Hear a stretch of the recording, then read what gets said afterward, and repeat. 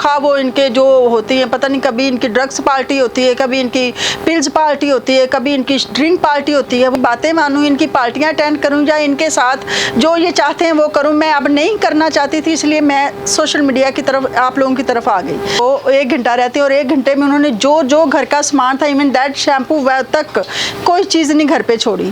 पहले दिन इन्होंने कॉल की जी, इन्होंने बोला जी 50 लाख रुपया हमें चाहिए तो हम आपके हस्बैंड को छोड़ देंगे। अस्सलाम वालेकुम सबको। और जो आज मेरा मौक़िफ़ है प्रेस कॉन्फ्रेंस रखने का, वो बहुत ही बड़ा है। मैंने एक प्रेस कॉन्फ्रेंस रखी थी 28 तारीख को, लेकिन मुझे उसका कुछ ख़ास रिज़ल्ट नहीं मिला, या शायद मैं कह सकती हूँ कि मेरे दोस्त अहबाब वो टाइमिंग ऐसी थी कि जिसमें सब लोग नहीं पहुँच सकते थे, इसलिए ये प्रेस कॉन्फ्रेंस मुझे दोबारा करनी पड़ रही है। तो ये प्रेस कॉन्फ्रेंस करने का मेरा जो मकसद है, जो मेरा मौक़िफ़ है, वो बहुत ही बड़ा है, बहुत ही अहम है, और मैंने बड़ी ही मजबूर होकर ये प्रेस कॉन्फ्रेंस रखी है। मैं ये प्रेस कॉन्फ्रेंस करना नहीं चाहती थी। मैं सोशल मीडिया या प्रिंट मीडिया या इलेक्ट्रॉनिक मीडिया को यूज़ नहीं करना चाहती थी, क्योंकि मेरा मैटर ऐसा था, लेकिन मेरी मजबूरी बन गई, क्योंकि आप लोग जो हैं, जो मीडिया वाले हैं, यही है जो बड़े लोग हैं, उन तक आवाज़ पहुँचेगी हमारी, तो हमारी कोई सुनवाई होएगी। वरना ये जो नीचे वाले लोग हैं, जिधर हम धक्के खा रहे हैं रोज़, हमारे जो तकरीबन 3 से 4 महीने हो गए मुझे धक्के खाते हुए, पर मेरी सुनवाई भी नहीं हो रही और मुझे रिज़ल्ट भी नहीं मिल रहा। इसलिए ये प्रेस कॉन्फ्रेंस रखने का मेरा जो मौक़िफ़ था वो ये था। और जो बात है अभी मुद्दे की, हम आते हैं उसके ऊपर। जो मेरा मुद्दा है वो ये है, 5/7 को मेरे घर एक रेट होती है जिसके ऊपर मतलब राना अकरम साहब जो आते हैं, और उसके साथ 15 से 16 लोग पुलिस वाले, और कुछ लोग सिविल कपड़ों में थे और कुछ लोग यूनिफॉर्म में थे। वो आते हैं, वो रेड करते हैं, जिसमें से मेरा घर का सामान और मेरा हस्बैंड और मेरे हस्बैंड की गाड़ी वो घर से लेके चले जाते हैं। और सुबह 7:45 पे आते हैं और 8:45 तक वो 1 घंटा रहते हैं, और 1 घंटे में उन्होंने जो घर का सामान था, इवन दैट शैम्पू वह तक कोई चीज़ नहीं घर पे छोड़ी, सब कुछ वो लेके चले गए। और हम लोगों ने मैंने पूछने की कोशिश की, मैंने थोड़ा सा शोर डालने की कोशिश की, तो उन्होंने मेरे कनपट्टी पे पिस्टल रख दिया कि अगर तुम बोलोगी तो हम तुम्हें मारेंगे भी, और हम यहाँ पे मतलब गलत भी करेंगे, हम यहाँ तक ज़िना भी करेंगे अगर ज़्यादा डिस्टर्ब करोगी तो। मैं थी, मेरी भाभी थी, मेरा हस्बैंड था घर पे, और उसके बच्चे थे, मेरी भाभी के, मेरे भाई के बच्चे थे। ये सिनेरियो हुआ, इन्होंने वो लेके चले गए। उस दिन के बाद इन्होंने क्या किया कि जो ना मुझे कॉल आती है पहली 6 तारीख को मेरे हस्बैंड के नंबर से, उधर से राना अकरम ने की है। राना अकरम कॉल करके कहता है जी हम आपके साथ कुछ सेटलमेंट करना चाहते हैं, तो आप जो है ना कुछ भी ऐसा वैसा भागे नहीं, तो हम आपके हस्बैंड को छोड़ देंगे। मुझे नहीं पता, मेरा अल्लाह वाहिद जानता है कि क्यों लेके गए हैं। मैंने समझा मेरी शोबिज़ में काफ़ी लोगों से प्रॉब्लम चल रही है, मेरे काफ़ी मामला डिस्टर्ब थे, जिसकी वजह से मैं शोबिज़ से भी आउट हुई थी। क्योंकि देखो, जिसका एक बंदे का बहुत ज़्यादा अरूज होता है और अरूज के टाइम पर छोड़े, तो इसका मतलब है उसकी कोई बहुत बड़ी रीज़न हो सकती है। मैंने सोचा हमारी बहुत सी आर्टिस्टों के बहुत गलत हालात हुए, कुछ लोगों को कत्ल किया जाता है, कुछ को दबा के बिठाया जाता है, किसी के साथ कुछ ज़्यादतियाँ होती रहती हैं। मैंने कहा उन ज़्यादतियों से बचने के लिए मैंने शादी कर ली। लेकिन वो शादी का जो क्या हुआ कि मुझे नहीं पता था कि शादी के बाद मेरे साथ क्या होना है। इन्होंने मेरे हस्बैंड को लेके गए, मेरे हस्बैंड को जाके इन्होंने 5 दिन अंदर रखा है। पहले दिन इन्होंने कॉल की जी, इन्होंने बोला जी 50 लाख रुपया हमें चाहिए तो हम आपके हस्बैंड को छोड़ देंगे। मुझे नहीं कॉल आती है मेरे हस्बैंड ने करवाई है मेरे ससुर को। मेरे ससुर ने बोला कि बेटा हमारे पास तो इतने पैसे नहीं हैं, हम इतने पैसे कहाँ से देंगे। हाँ 31 लाख रुपया हम कर लेते हैं, 30 लाख रुपया हम आपको दे देते हैं। नहीं ऐसे नहीं बात करते हैं जी। 2 दिन उन्होंने फ़ोन नहीं उठाया, हम लोग टू मच डिस्टर्ब हो गए। डेफिनेटली हम मेंटली टॉर्चर हो रहे थे, टॉर्चर किया करंट के साथ, और टू मच टॉर्चर किया। और मुझे कहता है कि मेरी ना हालत इन्होंने बहुत ख़राब की, और मुझे कहते हैं कि जैसे जैसे हम बोलते हैं ना वैसे वैसे तुम पीछे बोलो, वरना हम तुम्हारी और भी हालत ख़राब करेंगे और हमें रोकने वाला कोई नहीं है। अच्छा मैंने कहा बात क्या है, वो बात पूरी करने ना दे। राना अकरम ने 2 दफ़ा फ़ोन करवाया, और राना अकरम कहे बीबी आपको नहीं पता, आप इधर आए, मैं आपको बताता हूँ कि क्या बात है। मेरे जो वकील हैं आसिफ भाई, मैंने इनसे बात की। मैंने कहा आसिफ भाई मुझे ऐसे ऐसे कह रहे हैं कि भी आप आएँ, आपसे बात करनी है। तो आसिफ भाई ने मुझे बोला, क्योंकि ये वकील है, मैं नहीं जानती इन चीज़ों को, ये जानते हैं। इन्होंने बोला कि भी जो है ना आपने नहीं जाना, क्योंकि ये ना हो कि वो आपके हस्बैंड को लेके गए, आपको नहीं पता किस बिहार पे लेके गए, तो ये ना हो कि आपके ऊपर भी कोई मसला बना दें। मैंने उनको बोला कि आई एम सॉरी, मैं नहीं आ सकती, लिहाजा आप मुझे यहाँ पे बताएं क्या बात है। अच्छा जी, दूसरी दफ़ा उन्होंने बोला जी 70 लाख रुपया चाहिए, 7 तारीख को बोला। हमने उनको बोला जी मतलब जो है ना, आप हमें वजह तो बताएं किस बिहार पे लेके आए हैं, क्या बात है क्या बात नहीं है। अच्छा, राना अकरम ने मुझे बोला कि भैया आप जो है ना आ जाएं, मेरे ऑफिस आ जाएं, हम आपको वजह बताते हैं। अच्छा जी, मैंने दिल में सोचा कि भी मैंने अपने आसफ को भी, वकील भाई को भी लिया, दूसरा भी एक मेरा भाई था उसको भी लिया, लेके मैं चली गई। मैंने कहा क्या होगा, मार देंगे, मर जाएंगे, पहले भी तो मर ही गए ना, जो सूरत हाल हो गई है। अच्छा जी, हम गए, हम वहाँ पे 2 घंटे खड़े रहे, इन्होंने दरवाज़ा नहीं खुलवाया। उन्होंने बोला जी अंदर से कॉल करवाएं, तो वो अंदर से आके दरवाज़ा खोलेंगे, बोलेंगे तो हम दरवाज़ा खोलेंगे, वरना हम दरवाज़ा नहीं खोलेंगे। एनी हो जी, इन्होंने के नंबर बंद थे, मैं अंदर नहीं गई, इस वजह से हम लोग वापस आ गए। 10 तारीख को हमें पता चलता है जी मेरे हस्बैंड के ऊपर पर्चा हो जाता है, और पर्चा जो है वो इन्होंने दिया 9C का। 9C का जो पर्चा दिया उसका हमें तो मुझे तो पहली दफ़ा मैंने 9C पहली दफ़ा सुना, मुझे तो पता ही नहीं था कि ये 9C क्या होता है। अच्छा जी, मैंने आसिफ भाई को बोला ये 9C क्या होता है, कहता है ये तो उसका ड्रग्स का पर्चा, मंशियात का पर्चा होता है। अच्छा जी, हमने सोचा कि चलो क्या होगा ज़्यादा से ज़्यादा। जब पर्चा हमारे सामने आया, पर्चे के ऊपर टू मच मवाद, और उसका जो वक़ुआ वारदात उन्होंने डाला वो डाला वादत कॉलोनी का। जब हमारे घर से लेके गए सारा सामान, सारी चीज़ें लेके गए, तो उधर वादत कॉलोनी का कोई तुक ही नहीं बनता। उसके बाद क्या किया, मैंने CCPO में एक एप्लीकेशन दी, जो एप्लीकेशन थी वो मेरी जो इस मौके पे थी कि भी ये मेरे घर आए, मेरा सामान लेके गए, मेरे हस्बैंड लेके गए, मेरे हस्बैंड की गाड़ी को लेके गए, और हम लोगों को इन्होंने बहुत ज़्यादा मेंटली टॉर्चर किया, और जो है ना हमें बहुत ज़्यादा डिस्टर्ब किया है।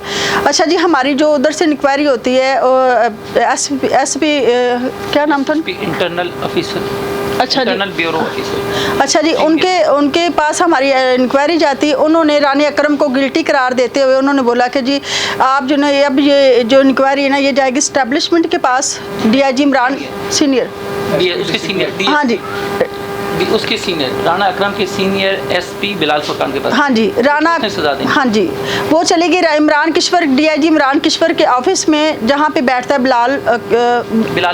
बिलाल फुरकान। अच्छा जी, हम लोग गए वहाँ पे, बिलाल फुरकान की जो गाड़ी है वो हमारी CCTV में आई हुई है, लेकिन हमने उसको देखा नहीं है। मैंने उसको देखा नहीं, मैंने इसलिए उसका नाम नहीं लिया, मैंने आज तक फुरकान को नहीं देखा जी। वहाँ पे हमारी इंक्वायरी जाती, मैं वहाँ पे जाती हूँ, तो उन्होंने बोला जी आपकी बिलाल फुरकान के पास इंक्वायरी लगी हुई है, तो लिहाजा आप उनसे मतलब जाके कोऑर्डिनेशन करें। मैंने उनको बोला कि सर जो है बिलाल फुरकान जो है, इसने मेरी इंक्वायरी पहले भी, मैं नहीं चाहती कि ये मेरी इंक्वायरी करे, क्योंकि ये पहले भी मेरी नज़र में गिल्टी है उसमें। उन्होंने मेरी इंक्वायरी, जो अवैस है ना उसका नाम, इमरान बुखारी, SC नहीं, जिसने हमारी इंक्वायरी इसके पास, हाँ वैसा, हाँ जी, उन्होंने हमारी इंक्वायरी लिखवा दी इमरान बुखारी के पास। इमरान बुखारी, अल्लाह उनको ज़िंदगी दे, अल्लाह उनको बहुत ज़्यादा खुशियाँ दे, मेरी उनके लिए बेस्ट विशेज़ हैं। उन्होंने क्या किया, विदिन 2 डेज़ इनसे सामान मुझे वापस दिलवाया, कुछ जिसमें से 4 पासपोर्ट थे, 2 बुला लिया ना, राना अकरम को बुला लिया। अगले दिन उसने उनको दोनों की मीटिंग रख ली।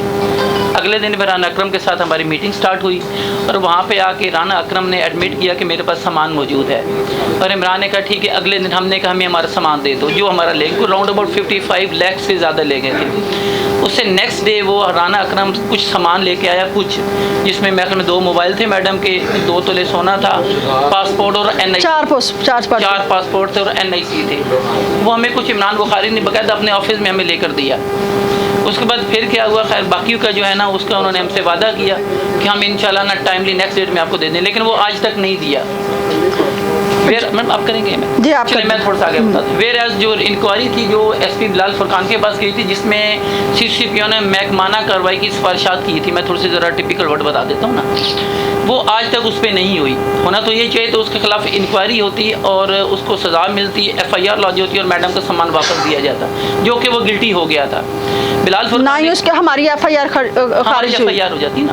बिलाल फुरकान ने क्या किया, उसने अपने बंदे को बचाने के लिए एक फेक इलीगल इंक्वायरी अपने पास से शुरू कर दी, जिसकी ना तो हमें ना मैडम को बुलाया गया, ना कोई कानूनी जस्टिफिकेशन है। और उसमें बड़ी हैरत वाली बात वो लिखते हैं कि मैडम मेरे पास हाजिर हुई और आके उन्होंने बयान दिया कि मेरी दरख्वास्त ही मेरा मौका, बकायदा इंक्वायरी में लिखते हैं, लेकिन आज सच मैडम वहाँ पे नहीं गई, हाजिर ही नहीं हुई। एक ये बात थी। सेकेंडली उसमें उन्होंने क्या कि उसके हस्बैंड का जो कि जेल में मौजूद है, और आप सब माशाल्लाह सारे जानते हैं, बंदा जेल में तो बयान देने नहीं आ सकता, उसका बयान लगा के उसको बंदे को अपने राना अकरम को इलीगल बेनिफिट देना था, वो उसने दे दिया। आज तक मैडम अपने मामलात में फिर रही हैं और आज तक उनकी कुछ सुनवाई नहीं। इसी वजह से ही हम लोग बाहर भी निकले। ये बताएं आप असल मुद्दा तो बताए ना, फुरकान भी आ गया, वही आ गया। देखिए आपको पहले आप आर्टिस्ट हैं, आपके खिलाफ क्यों ऐसी कार्रवाई की गई? पुलिस को आपसे कोई जाती दुश्मनी तो हो नहीं सकती, वो वजह बताएं कि क्या बैकग्राउंड मुनासिर क्या बताए गए आपको कि इस तरह से किया गया, इशू क्या है? इशू ये है, देखिए पूरी बात बताना हमारा आपको फर्ज था, क्योंकि आपको नॉलेज में होना चाहिए कि एक्चुअली हुआ क्या और कैसे हुआ। जो बात थी, जो इशू जो है वो ये है, मेरी 1 से 1.5 साल पहले मैडम नरगिस के साथ हम लोग उनकी पार्टियां भी अटेंड करते थे, जो माजिद भाई हैं या मैडम नरगिस हैं, इनकी हम पार्टियां भी अटेंड करते थे, इनकी तरफ हम आते भी थे जाते भी थे, हमारी काफ़ी ज़्यादा अच्छी क्लोज फ्रेंडशिप थी। अच्छा जी, इन्होंने क्या किया कि जब मेरी शादी हुई तो शादी के बाद इन्होंने बोला कि निगार आप ना मेरे घर आओ, तो मतलब फार्म हाउस पे आओ। मैंने इनको बोला कि मेरी अब शादी होगी, लिहाजा मैं अब नहीं आ सकती फार्म हाउस पे भी या कहीं भी, क्योंकि मैं नहीं चाहती हूँ कि मैं अब शोबिज़ की लाइफ को अपनी पर्सनल ज़िंदगी में इंटर करूँ। अच्छा जी, इन्होंने उस टाइम मेरी बात जो है ना चुप कर गए ना, कहते ये अपने जीजू से बात करूँ। मैंने उससे बात की, नहीं एक दफ़ा आओ निगार, एक दफ़ा आओ। ये जो राना अकरम है ये मुझे इनकी पार्टी में मिला था, ये जो है माजिद बशीर और नरगिस। मुझे बाद में पता चला कि इन्होंने 5-5 लाख रुपया करके 3 दफ़ा इनसे पार्टी के लिए भी पैसे मंगवाए हैं, खा वो ड्रग्स के चक्कर में हों, खा वो इनके जो होती हैं, पता नहीं कभी इनकी ड्रग्स पार्टी होती है, कभी इनकी पिल्स पार्टी होती है, कभी इनकी ड्रिंक पार्टी होती है, वो तो इन्होंने नाम रखे हुए हैं पार्टियों के। अच्छा जी, मुझे नहीं पता, लेकिन मुझे बाद में पता चला जी मेरे नाम के इन्होंने पैसे भी लोगों से खाए हुए हैं, जी आएगी तो मतलब आप ये कर दें, आप वो कर दें। मुझे बाद में पता चलता है कि ये जो सारा सिनेरियो इसलिए किया गया है कि ताकि जो ना ये मेरा बंदा जो है वो अंदर चला जाए और मैं फिर इनके पाँव में गिड़गिड़ाते हुए, माजिद बशीर के मुझे 3 से 4 फ़ोन आए जब मेरा हस्बैंड पकड़ा गया, मैंने उनका फ़ोन नहीं उठाया, क्योंकि जब आप मुझे सारे सिनेरियो को पता चला कि इसके पीछे माजिद बशीर है और नरगिस है, तो उसके बाद मुझे पता चलता है इसमें मोहम्मद अली भट्ट भी शामिल है। मोहम्मद अली भट्ट को भी इन्होंने यूज़ किया है या वो इनके साथ दे रहा है या मुझे नहीं पता। ये 3 लोग हैं, मोहम्मद अली भट्ट, माजिद बशीर एंड राना अकरम। ये सब लोग मिले हुए हैं और ये लोग सिर्फ और सिर्फ मुझे डिस्टर्ब करने के लिए, ताकि मैं इनकी बातें मानूं, इनकी पार्टियां अटेंड करूं या इनके साथ जो ये चाहते हैं वो करूं। मैं अब नहीं करना चाहती थी, इसलिए मैं सोशल मीडिया की तरफ, आप लोगों की तरफ आ गई। मैंने 4 महीने इनकी सारी बातें सुनी हैं, इनकी सारी चीज़ें देखी। जब मुझे लगा कि अभी अब मेरी सुनवाई नहीं हो रही, इसके बाद मैंने ये सोचा कि फिर मेरा तो अब या तो फिर मैं मर जाऊँ तो या फिर ये है कि मुझे इंसाफ मिले। मेरा पहला मौक़िफ़ है कि मतलब मुझे मेरा सामान वापस किया जाए, रानी अकरम को उसके बदले में उसके ऊपर पर्चा की ऑर्डर हो। सेकंड बात ये कि जो मेरे हस्बैंड के ऊपर पर्चा है उसको खारिज किया जाए। जो इस टाइम हमारी इंक्वायरी चल रही है, CCPO साहब से मैं मिली सैटरडे को इन्होंने एक बात वहाँ पे DIG इमरान किश्वर साहब गए, अल्लाह वो भी बड़े अच्छे इंसान है, मैंने सुना हुआ है, अल्लाह करे वो जो मेरा उनके पास मौक़िफ़ गया, अल्लाह उनको हदायत दे और वो इंसाफ करे। इन्होंने वहाँ पे जाके बोला है, जो मेरा भी मेन मुद्दा है, इन्होंने बोला जी इन्होंने घर की वीडियो उनके पास है मेरी, मैं वो चाहती हूँ वो वीडियो सरेआम मंजर आम पे लेके आएँ, आप लोगों के पास वो वीडियो आएँ, उनके अंदर जो मेरा सामान गया है, जो मेरी चीज़ें गई हैं, जो भी गया है, ये झूठ कहते हैं, ये सच कहते हैं, कुछ भी कहते हैं, ये सामने लेके आएँ। जब वो सामने आ जाएगा उसके बाद उसकी फ्रेंजी हो, उसकी सारी चीज़ें क्लियर हो। अगर हम लोग गिल्टी हैं तो फिर हमें सज़ा मिलनी चाहिए, अगर ये लोग गिल्टी हैं तो इनको सज़ा मिलनी चाहिए, मैं ये कहती हूँ। तो बात ये है कि शादी के बाद आपने फार्म हाउस पे जाने से क्यों इनकार किया? क्या शादी से पहले आप फार्म हाउस पे जाती रही हैं? जी और उन पार्टियों का हिस्सा बनती रही हैं जो वहाँ पे होती थी? जी बिल्कुल बनती रही मैं उन पार्टियों में। मैडम ये बताइएगा, लास्ट प्रेस कॉन्फ्रेंस आपने की 1 हफ्ता पहले? जी सर, मैंने अटेंड किया, आपसे सवाल भी किए काफ़ी, ये सेम वही प्रेस कॉन्फ्रेंस है। अच्छा, एक तो उसमें चीज़ ये वाक़या तौर पर डिफरेंस है कि वकील साहब चेंज हो गए। हाँ, नहीं वो वकील जो है, मैं अभी आपको नहीं मैं आपको एक बात बताती हूँ वकील की। ये जो वकील हैं ये मेरे मतलब जिसको बोलते हैं ये मेरे फैमिली वकील हैं। वो मौजूद नहीं था। हाँ जी, उस टाइम ये इधर नहीं थे।